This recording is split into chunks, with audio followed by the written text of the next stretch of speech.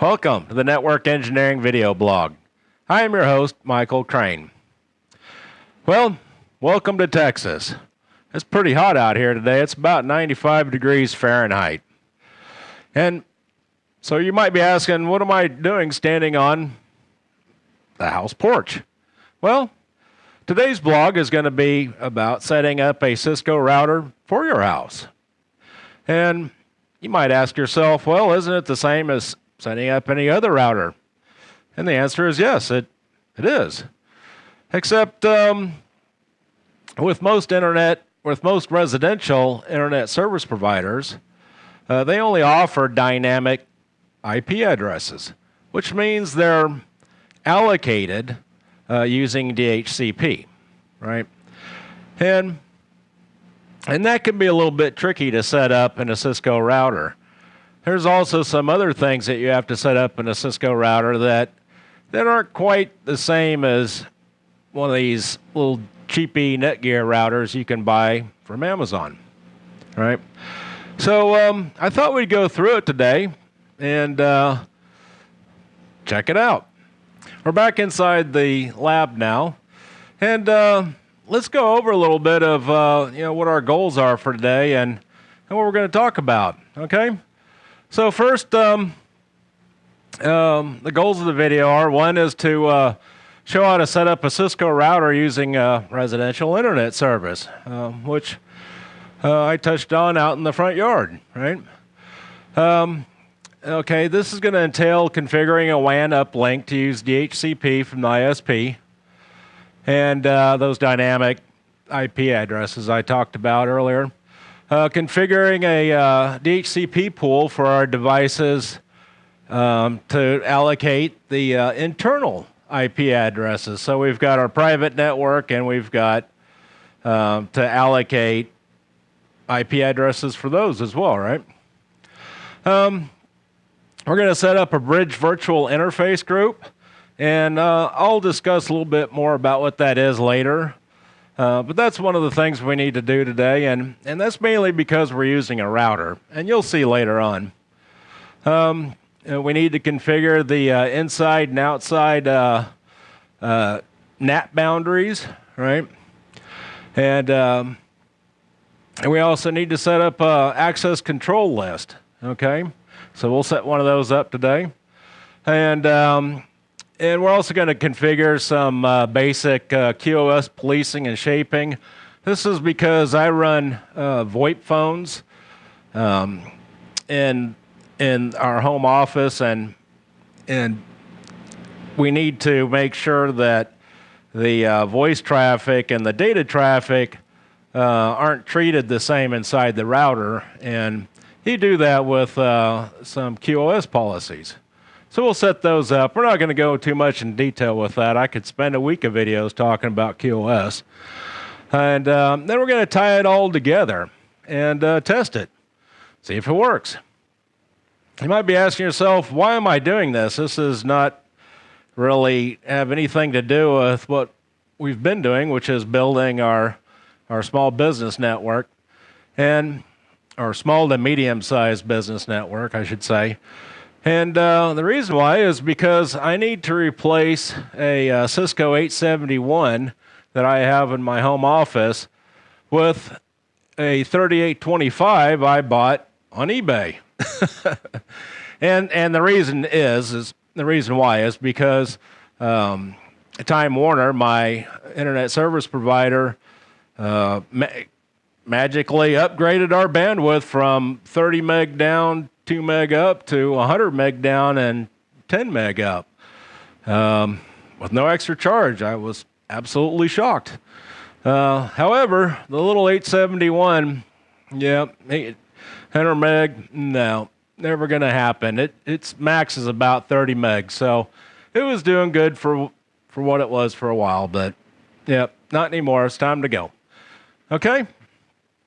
So our home office is similar, which is probably no surprise, is similar to the Dallas test bed.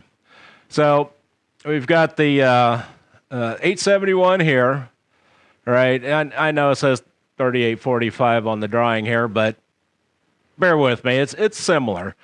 And then of course I've got a WAP and then a wireless access point. Then we've got these SIP phones here. Sorry, I'm still getting used to the green screen. And yeah, and then some miscellaneous servers and all this other junk. And so it's very similar to this setup.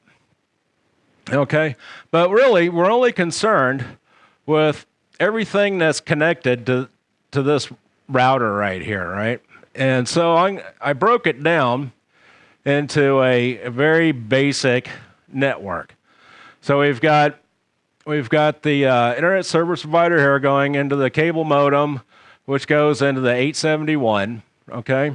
And then I'm using a couple ports off the 871. One powers the power over Ethernet switch, one powers the WAP, and the other powers this printer right here, okay? And there's some other Ethernet switches and all that other stuff, but these are the ones that are directly connected. And actually, there's more Ethernet switches right here. If you are looking at that other video, that other slide I just showed you closely, you'll know what I'm talking about. Let's look at some residential versus business options. So a lot of times, if you run a home-based business out of your house, the internet service provider is going to try to sell you business service, okay? And that has some benefits, and it also has some costs, okay? So obviously the residential service is going to be less cost than business service. They usually don't give you a static IP address, but with business service, you almost always get a static IP address. And there's a reason there. We'll touch on it in a minute. And bandwidth, a lot of times with business service, is going to be symmetric, meaning you'll get like 50 meg down, 50 meg up, 100 meg down, 100 meg up, versus residential bandwidth is usually asymmetric. So you'll get 100 meg down and 10 meg up, right? So we're going to replace it with the 3825. It was $97 delivered for this router, and that's just dirt cheap. Okay, it has about 176 megabits per second throughput, and I got this off some website that was doing a comparison, so I don't know how accurate that is. I didn't really care. All I need is 100 meg throughput, right? It came shipped with the Advanced Enterprise K9 load, which basically is everything, right? And the K9 is the IPsec stuff, which we're not going to look at today. Let's see. Oh, yeah, one of the bad things about it is it's larger and noisier than the 871, which is, you know, that 871 was whisper quiet. I don't think it had a fan in it. And of course, everyone knows the 3825's got like 3 or 4 of them. So that's about it. Let's get started. Let's see what we got going on here. I have I pulled the drawing up here. I know it's pretty simple, but we can use it to reference it as we're going through the config. And I kind of put this config together off camera. It seemed easier. I kind of put it in a logical provisioning order, and I also removed all the default commands that you get after you do a initial configuration. So yeah, there's a bunch of junk in here. I'm gonna go through it pretty quick. If people want it, I guess I can put this file out on the as a link under the video, and you can download it and look at it if you want. All right, so I think that's about it for the overview of the desktop here. So I just blew away the startup config file, and I never do this initial configuration dialog. So we're just going to go ahead and skip that. Okay, looks like it's booted up. Let's do enable here, and we'll just do a write real quick. And this is going to build our configuration file, and let's take a look at it real quick. I'm going to reset this.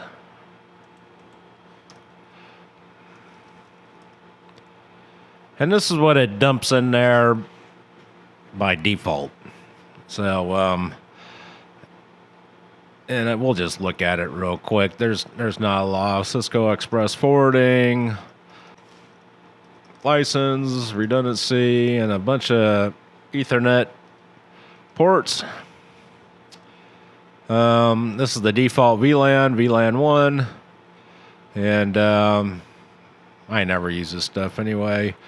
I don't know what this command is. I think it's for some kind of like diskless Sun workstation booting, but it defaults it in there, so I'm just going to leave it. I don't think it'll hurt anything. And yeah, I think that's about it. And this should be a pretty quick copy and paste. So the first thing I want it to do, or don't want it to do, I should say, is I don't want it to time out while I'm working on it. So this line con 0 means for the console port, and I'm just going to do a config T here, and I'm just going to paste in those commands, and exit out of that. Now I'm going to give it a host name. I've already picked it out, and that 3825 HO stands for home office. Okay, so we got that. I'm going to give it a secret password of Cisco. That's not very secret. I'm going to set the daylight savings time and the time zone. And I'm going pretty fast through these things. If you guys have any questions, you can just let me know. I'll talk more about the more interesting stuff later. We're just doing some housekeeping here. Okay, we don't want this. And you can go read about that. There's all kinds of people debating that. I always disable this. I don't know if we need to or not, but okay. So the first really interesting thing here is the Ip Dhcp Pool, and this is for our devices down here. Okay, so this is going to be for the laptops, the printer. Well, printer's got a fixed IP address, and the phones and all that other fun stuff. So when they boot up, they'll go hit this pool, this NEV blog data pool, and it's going to assign it IP addresses in the range of 192.168.2.0 to 225, 2.255, sorry. And this is the default router, 2.1. Domain name is nevblog.com. And the DNS server is also this router. And we'll talk about that here in a little bit. So this import all right here is because we're going to be using DHCP on our WAN interface. So we want it to import all the DHCP WAN information. And what's interesting, you notice it's kind of weird. So it's on the top right here, right? So it's going to import all this stuff. And then we're going to come back and we're going to overwrite all this other stuff. Anything that we don't overwrite, it will get from the DHCP, basically from our ISP settings. Okay, so and I hope that's clear. So I'm going to go ahead and just copy and paste this whole thing in here. So these are the excluded IP address range that I don't want DHCP to use. So from 0 to 100, which is where I put most of my static IP addresses. I don't want it to use those IP addresses, so I excluded them. And I guess I needed more once upon a time, so I excluded even more of them. Okay, so let's go ahead and put those guys in there. All right, and the IP domain name, I'm going to put it in there.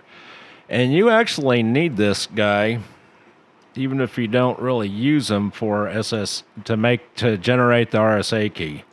And we'll get to that in here in just a second. Okay, so I'm going to give it a username and password. And Cisco. All right. Now here's where we're going to generate the RSA key, and I don't think I can copy this whole thing in there. Let me try it. Yeah, no, doesn't like that. Okay. So, yeah, so we just do crypto key generate RSA, and then hit enter. It's going to ask how many bits, and we're going to say 1024 bits. And it's going to generate it, and it's all done. All right. It says it's enabled SSH 1.99. I have never, ever understood that. Okay, so we're going to copy and paste it, say version 2. Okay, so the next thing on the list is some QoS stuff, and believe me, I could make many videos out of these 3 statements. Or I guess there's 4 statements. And so I'm going to briefly touch on each one of them. People have had many long and heated discussions about how to provision these things.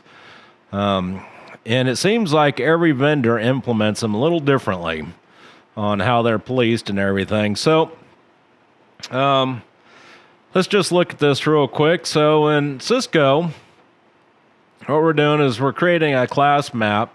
We're telling it to match any and of what's down here below, these guys, and we're giving it a name. I called it capital EF for express forwarding or expedited forwarding. I think it's called expedited.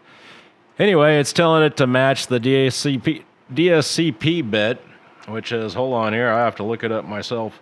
It is the differentiated services code point. Okay?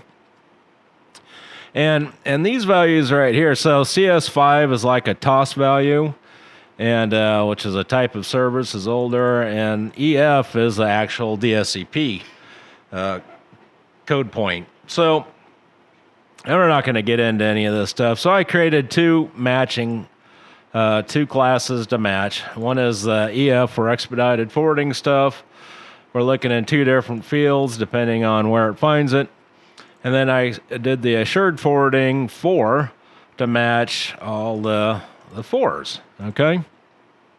And you can go Google this and read forever. Okay, so anyway, so I created EF, capital EF, and capital AF4.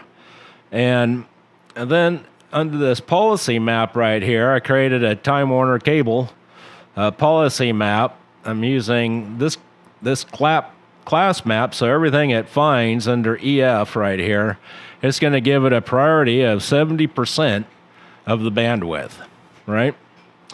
And then class AF4, and EF, by the way, expedited forwarding is for my RTP traffic from my VoIP phones, right? And AF4 is the signaling traffic that is used for the SIP signaling. Oh, this is also, I also use the expedited forwarding for the video as well. So anyway, so the second class gets a remaining bandwidth percentage of 10%. All right, so whatever is left over, it gets 10% of. I created another policy map called Time Warner Cable Shape. And this class default, I don't remember, it's just the default class. So it's pretty much everything. And so it's saying, pretty much everything. I'm going to shape it, and this is outbound, to 10 meg, right? Because we have 100 meg down, but we only have 10 meg up. And of course I have gig links inside my network, and you don't want it to try to shove a gig of traffic down a 10 meg pipe. So, I mean, it can, but it will start queuing stuff and dropping stuff, and that can be really bad for your voice traffic, right? So then I say, okay, we're going to shape it to 10 meg. And the service policy we're using is the one we created up here, which is matching everything that's up here.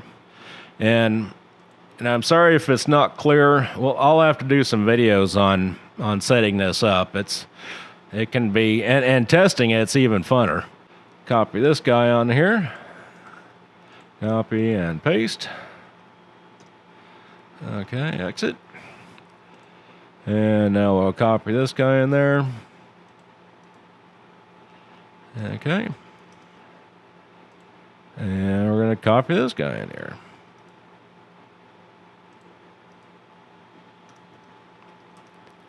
All right. Okay. So next on our list here is the WAN link. It's going to be on gig 00. Of course, it's going to be using getting the IP address from DHCP from the internet service provider, right? So we normally you put IP address and give it an IP address, but this time we're telling it DHCP. This is our outside interface, and we have to tell NAT that that's our outside interface. So he's going to replace our private IP addresses with the address it receives from the internet service provider, which is a public IP address. Okay? This load interval 30 is just telling it to update the stats faster. And here's where we tell it to use the service policy that we created up here, right? So Time Warner cable shape. So this is on the outbound service policy, and we want to shape it to 10 meg. Okay. Let's go ahead and copy and paste him in there. Okay, so, and I forget this is NAT virtual interface or something like that, but that's because we just enabled NAT because we just used a NAT configuration. All right, so let's exit out of this. And okay, so next on the list is this is just a simple little access list. So it's just saying, okay, this 2.10 host is going to be denied, and pretty much everything else that's IP, so it's permit IP traffic in this network range, right? Like that, to any destination, basically. Okay, and these guys right here, these ACLs or access control lists, can get pretty complicated and very large. It would be another blog or two describing these, and this right here is just a name. So if you don't want to use line numbers, you use IP access lists and you tell it's extended, which in extended mode, you can give it a name instead of a line number. And you'll see it makes more sense when you're looking at it in the config, right? So next on the list, you see this bang right here in front of this command? That means it's commented out. So this tells the router, or at least the NAT in the router, that so it's inside IP addresses from the source list of this guy that we created up here, right? Or actually, these guys right here is going to be the inside IPs, and we're going to be sending them to this is the outside interface, right? See, IP NAT outside. And overload means it's going to reuse the same IP address. So basically it's going to be overloading the IP address that it's getting from DHCP. Okay. And the way it does that is it starts doling out different port numbers. And we can look at that in another blog. This probably takes a little more explanation. But the reason why I have it commented out is this was in my original config in my 871. And I got to thinking, I'm like, well, why can't I use the bridged virtual interface 1 or group 1 for my overload source list? And so we're going to give that a try. So instead of using this guy right here, which works by the way, we're going to use this BVI interface and give that a shot. All right.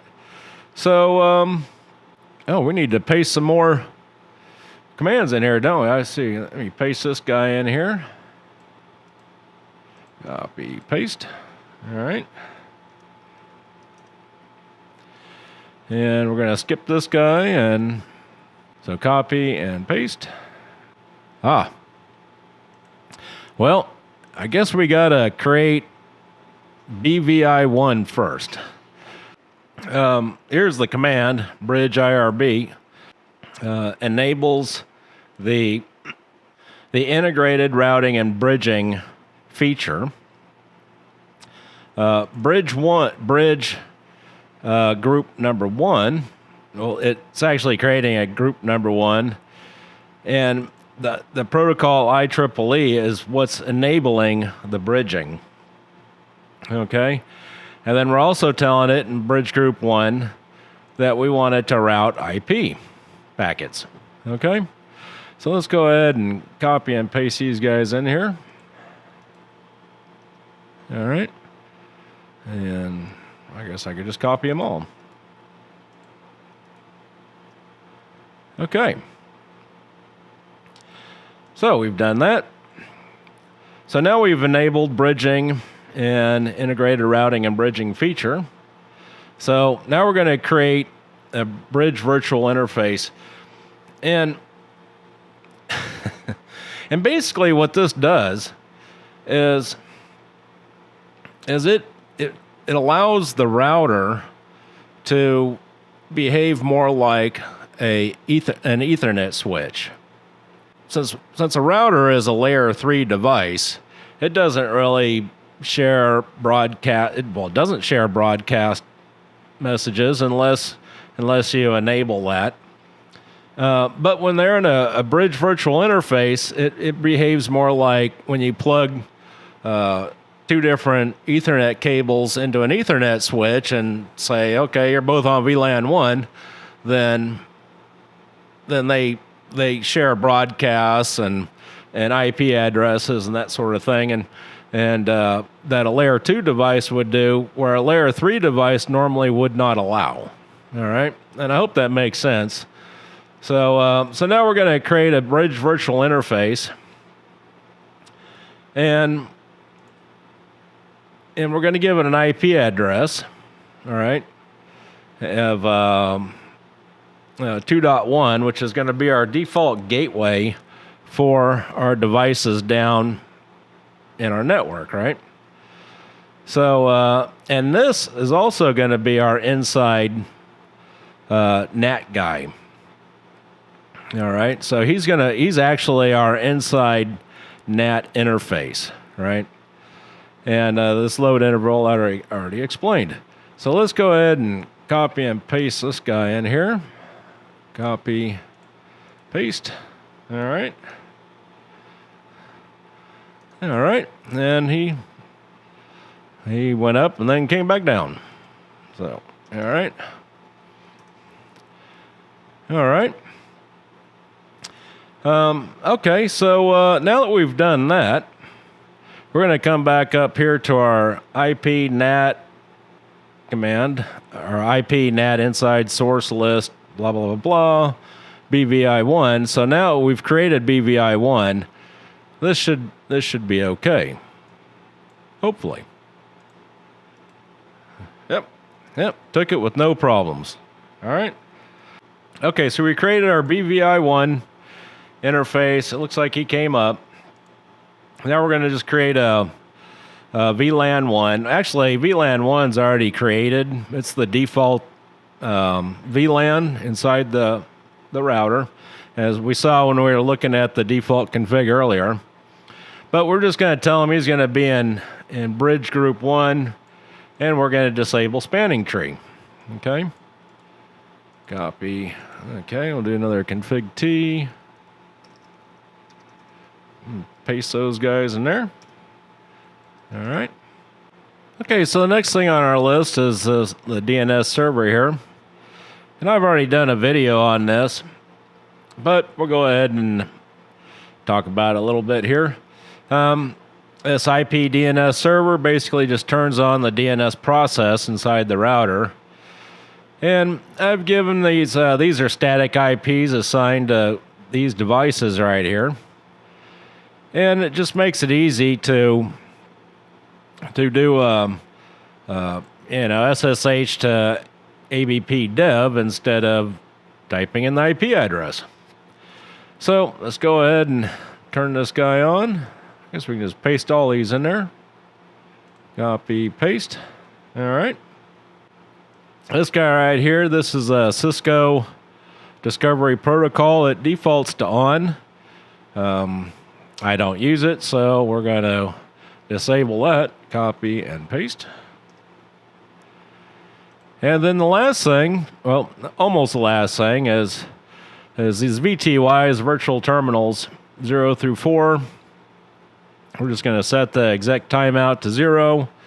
The login is going to be local, and which means it's going to use a local username and password that we created up earlier, which was Cisco, and it's only going to use SSH or accept SSH. So let's go ahead and copy and paste that in there. All right. Exit. Okay. And the last thing is we're going to give it an NTP server. So copy and paste. And we're going to do a Control-C and a write. All right.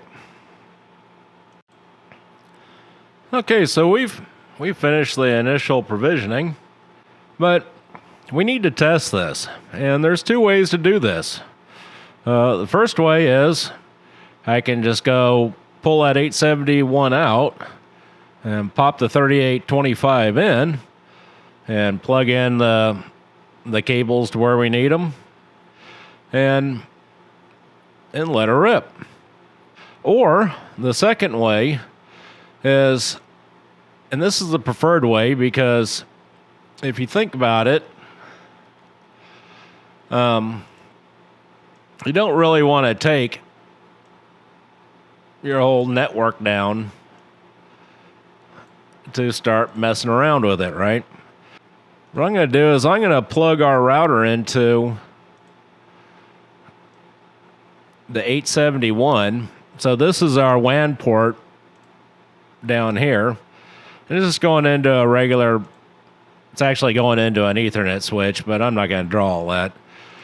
But basically it's going to be getting its IP address from the Cisco router, the 871 router, right?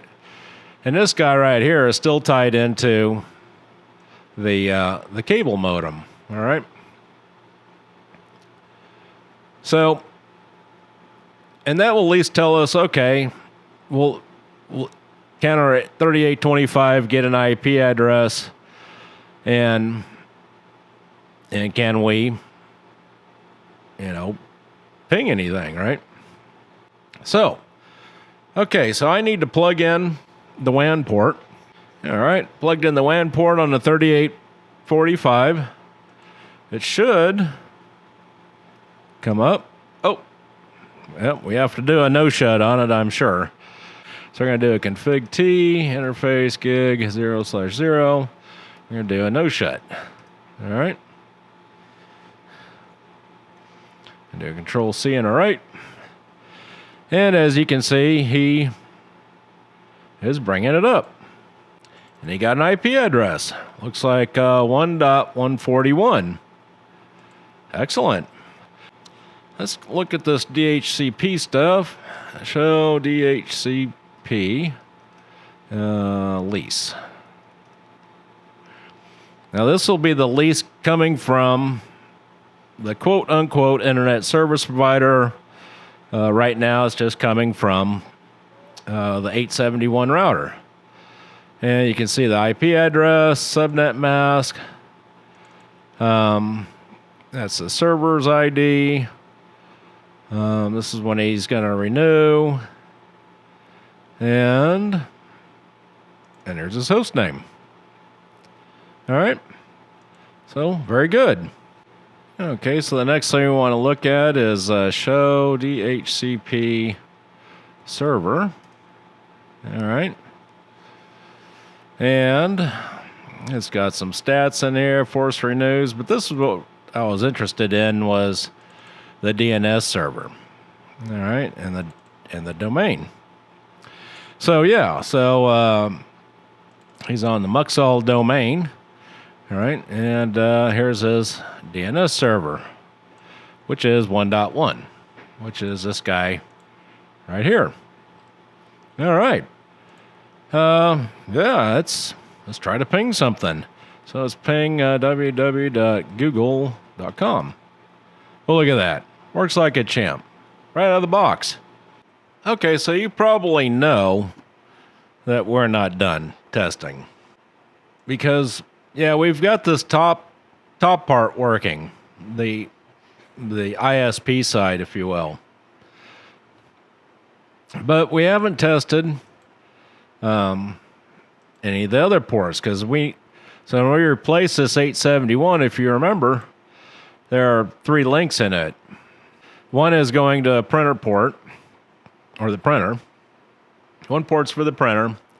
One port is for the power over Ethernet switch for the phones, and one is for the wireless access point. And the WAP and the power over Ethernet switch are going to be gig links. This right here can just be a fast Ethernet port, so because it not going to use 100 meg of bandwidth. So let's test that one first, and how I'm going to test that is I'm going to move my laptop Ethernet cable and plug it directly into one of the fast Ethernet ports that's provisioned in the or that's available in the 3825. So I'm going to do a show int summary. All right. And so we've got, here's our uplink, right? Our WAN link, if you will. This is an extra Ethernet port. That's a gig Ethernet port. There's like 2 or 3 of them on this. I don't remember. And so we're going to just plug it right into fast 10. All right. So I plugged it in, and it looks like the link came up.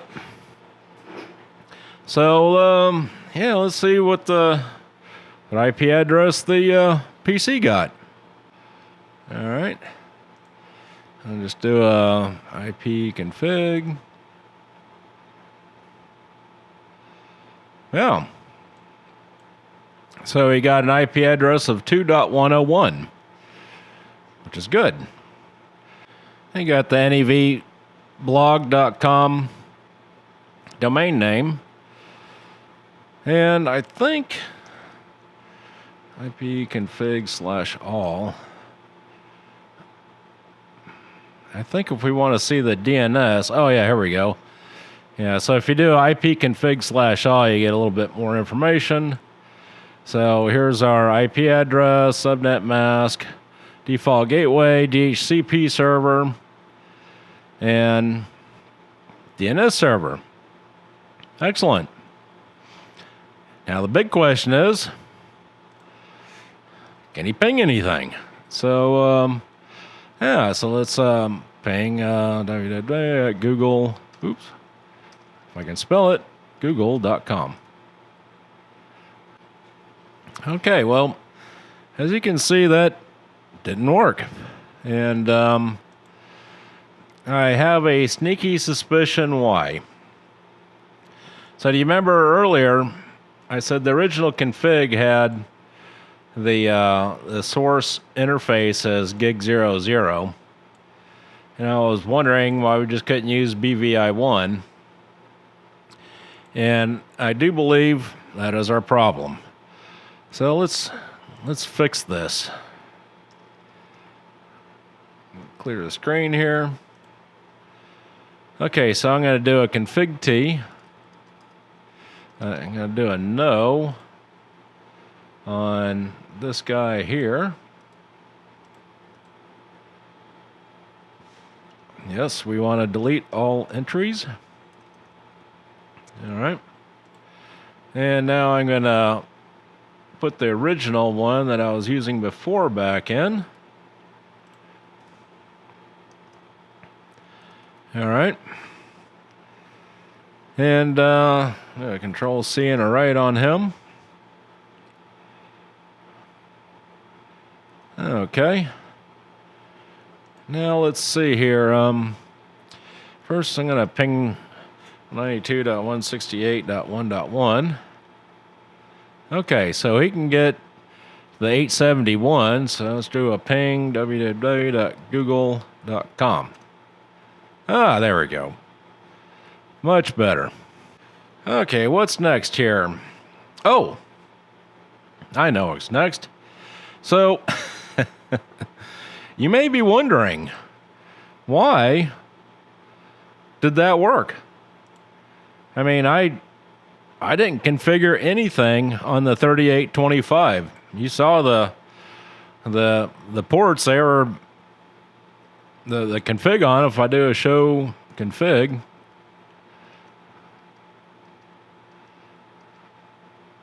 here's fast Ethernet 1.0 right here. There's nothing on them. Absolutely zero. Why did it work? So I'll show you why it worked. So if I do a show inventory, okay, so it says, okay, I got 3825 chassis, and it's got the 16 port 10100 Ethernet switch module plugged in that also has a gig port on it. And this Ethernet switch module is the key. So if you remember back when we looked at the default configuration with all the default settings, it created a default VLAN of VLAN 1. And people that were probably have done this before are probably going, well, why do you need a VLAN? You don't need a VLAN to do bridge virtual interfaces, right? And you don't. But you do if you have an Ethernet switch module in there, and we assigned it to bridge group 1. So anything coming in on the default VLAN, which is VLAN 1, will automatically get routed to the bridge group 1 we created, right? And you can see this. This is not easy to see. You can just see I did a show config. You can see there's nothing. You can do a show run. And you can see there's nothing. But if you do a show run all, this is where all the Cisco secrets hide. This is the show run all shows basically everything that is configured in this router and its hidden values. So I'm just going to keep scrolling through here and blabbing away until we get down to the Ethernet interfaces, which might take some time. Okay, here we go. Here we go. Okay, so here's what's defaulted in fast Ethernet 1. And the very first one is he's defaulted to a switch port, he's in access mode, and he's on VLAN 1. All right. And he's switch mode access, and I'm not exactly sure why they have these provisioned in there, but doesn't matter. And you can go through here and look at all the other stuff. I'm sure it's pages and pages long. But that's why it worked. And that's why I provisioned this interface VLAN 1, and I didn't actually provision it. It was automatically provisioned for me, but I assigned it to Bridge Group 1. So anything we plug in that switch module will get assigned to VLAN 1 by default and should work. Now we're going to test another port. So I'm going to do a show, if I can spell it, show int summary. All right. So this is this gig 00 is our WAN link, uplink. We've got gig 01, all right. And down here we have gig 10. Well, this gig 10 is also on that switch module. I'm not going to test it, but I want to test this guy. So I'm going to go ahead and move his cable to port 01. Okay, I moved the cable, and I'm sure he's in the shutdown state. So I'm going to do a config T, interface, gig 0/1. I'm going to do a no shut on him. Control C and write that. And he's game up. Okay. Now, let's go see what's going on inside the laptop. Okay, so I'm going to do a IP config /all again. He still has 2.1 in there, but I don't believe it. So I'm going to do a IP config /release. Okay. And that should, yeah, see, he released all the IP addresses. This is a default IP address Microsoft plugs in there. But I guarantee it will not work. So if we try to ping anything, 192.168.2.1, yeah, see it doesn't work. Okay. So, now I'm going to do an IP config /renew.